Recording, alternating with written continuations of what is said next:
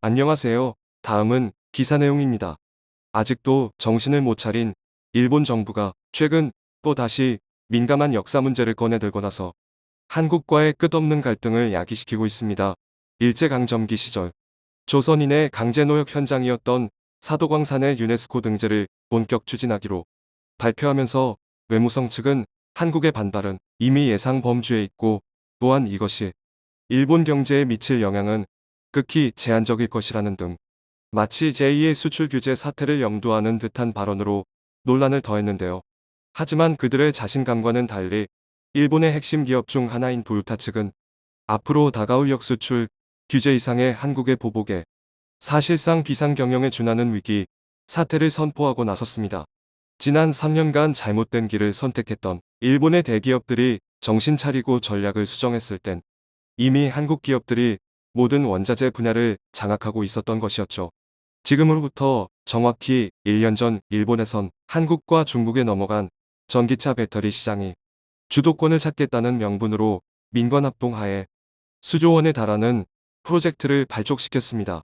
니혼 게이자의 신문에 따르면 당시 일본 정부가 2조엔 규모로 편성되는 탈석 탄화 기술 지원 기금 가운데 수천억 엔을 배터리 개발에 배정하는 방안을 검토 중이라며 해당 금액의 대부분이 일본 기업들 중 전고체 배터리 개발 및 양산을 지원하는 보조금으로 쓰일 전망이라 보도했는데요. 이는 2000년대 들어 전 세계 배터리 시장의 60% 이상을 한국과 중국이 점유하고 있는데 따른 위기 대응과 더불어 2050년까지 탈석탄 사회로 이행하겠다고 선언한 일본의 입장에서 적어도 2035년쯤엔 순수 화석 연료차의 판매를 전면 중단할 계획이었기에 전기차의 개발과 보급은 사실상 국제사회에서 일본의 생존과 직결된 문제였습니다.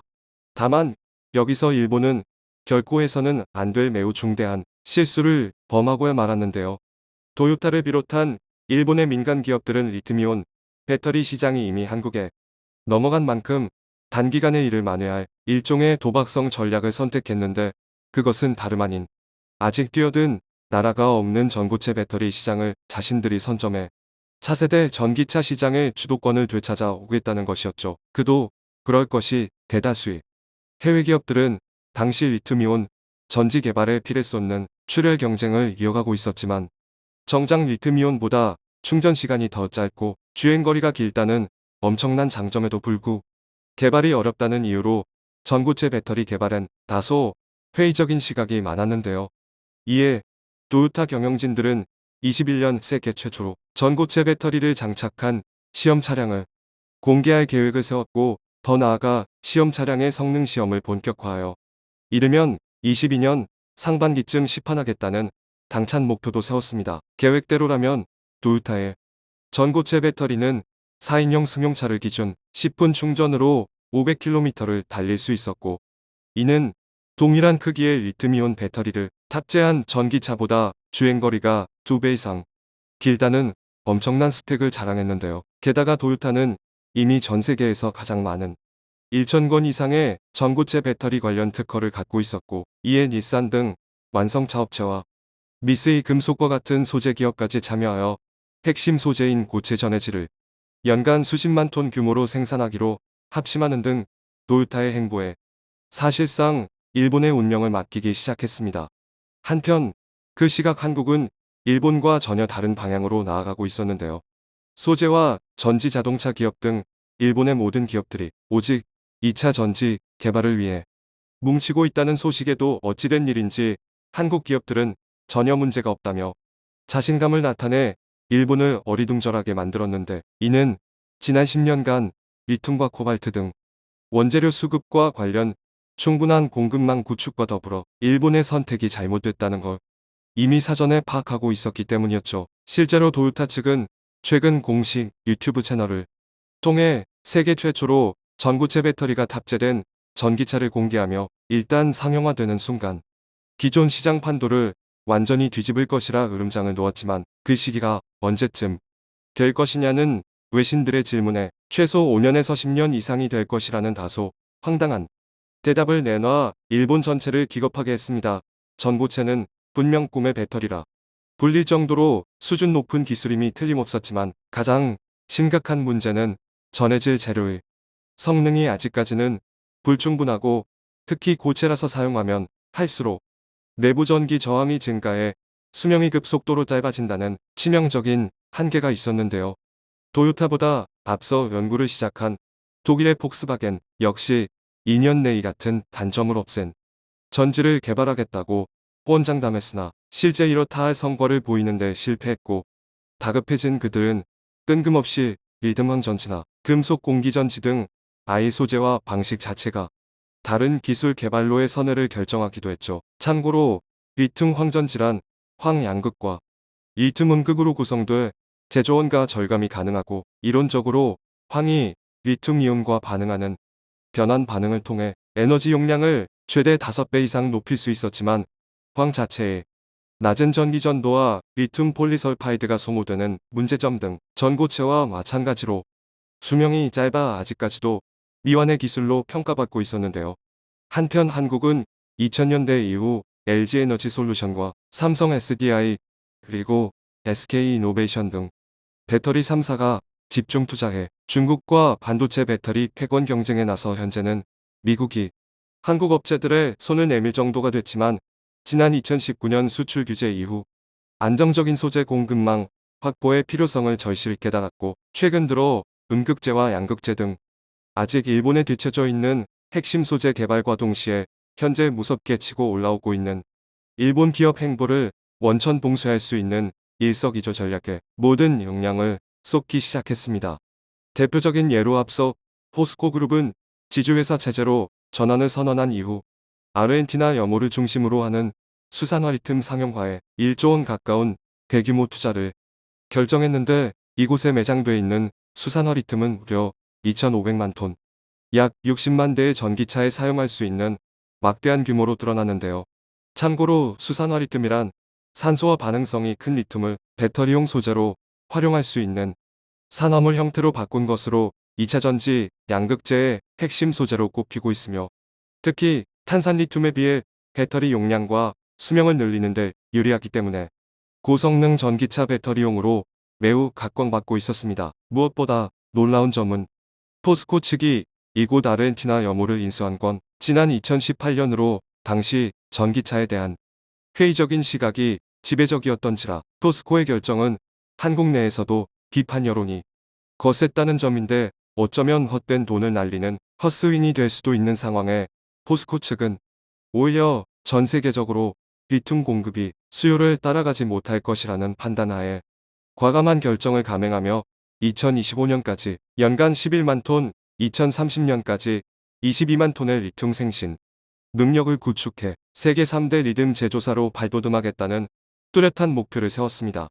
충격적이게도 인수 당시 이곳의 매장량은 220만 톤 규모로 원화 7조 원 정도로 추산됐으나 탐사 결과 6배 증가한 1350만 톤이 추가로 발견되자 재평가 결과 103조 원이라는 그야말로 천문학적인 잭팟을 터뜨리게 됐는데요.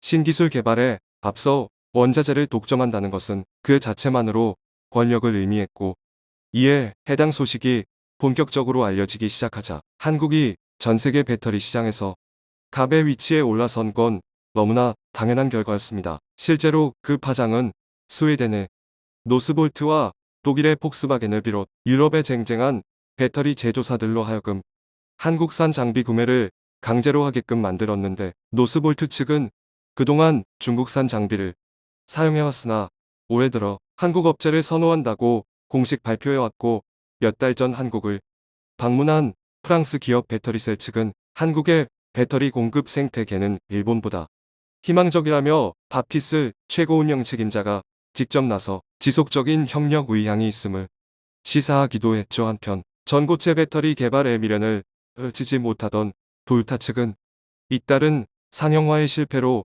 경영상의 한계에 부딪히자 결국 12월 들어 미국에 리튬이온 배터리 공장을 짓기로 확정지으며 사실상 리튬이온 배터리로의 획을 공식적으로 알려왔습니다.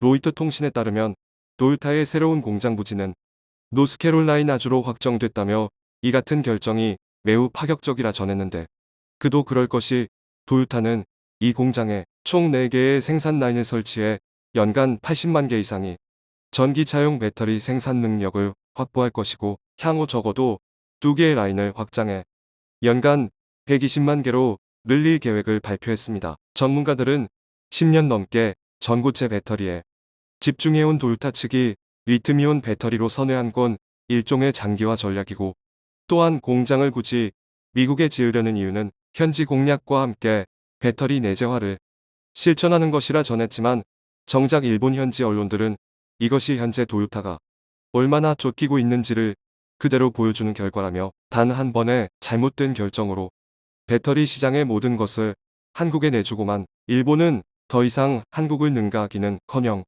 쫓아가기도 벅찬 상황이 됐다는 등 날선 비판을 가하기도 했는데요.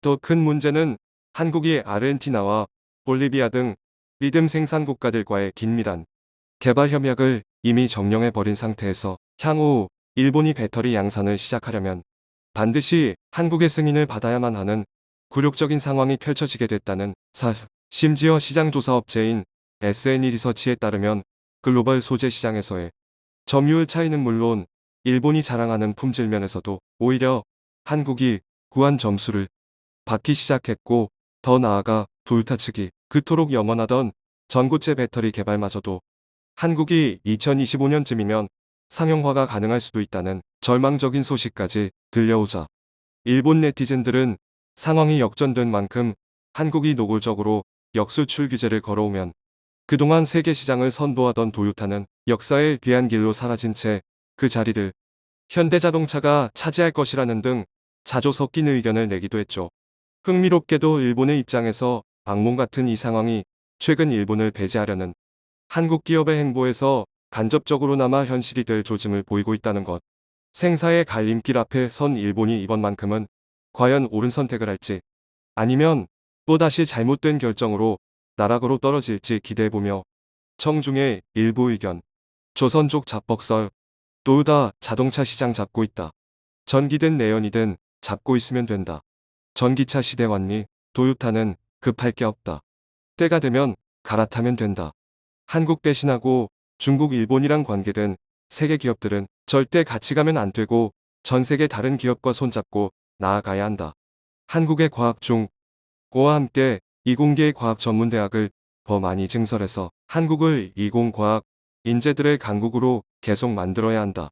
이것만이 한국의 자주국방력을 높이는 길이고 살 길이다. 한국은 지금 일본 신경 쓸 때가 아님. 중국이 배터리 관련 전세계 자원 싹쓸이 중이라 몇 년 있음 중국의 머리 숙이고 빌게 생겼음. 전극제 배터리를 빨리 완성하는 기업이 전부 싹쓸이 하겠구나. LG와 삼성 그리고 SK는 같이 협력하여 빨리 생산해라. 리튬 광산 손절하는 한국. 점유율 높이는 중국.